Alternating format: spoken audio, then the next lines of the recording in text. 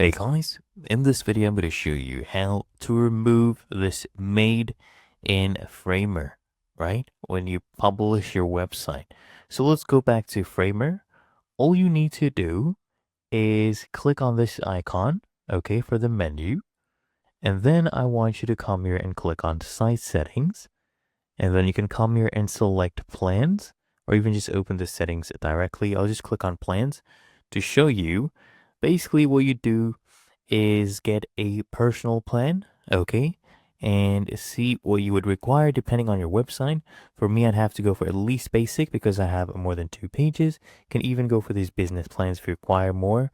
And in essence, what you need is a custom domain. So you either get a custom domain, you connect to that, that will not give you this watermark basically.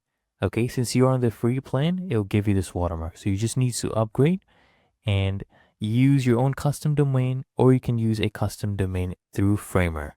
But otherwise, it's really that easy and simple, and that is how you remove made in Framer.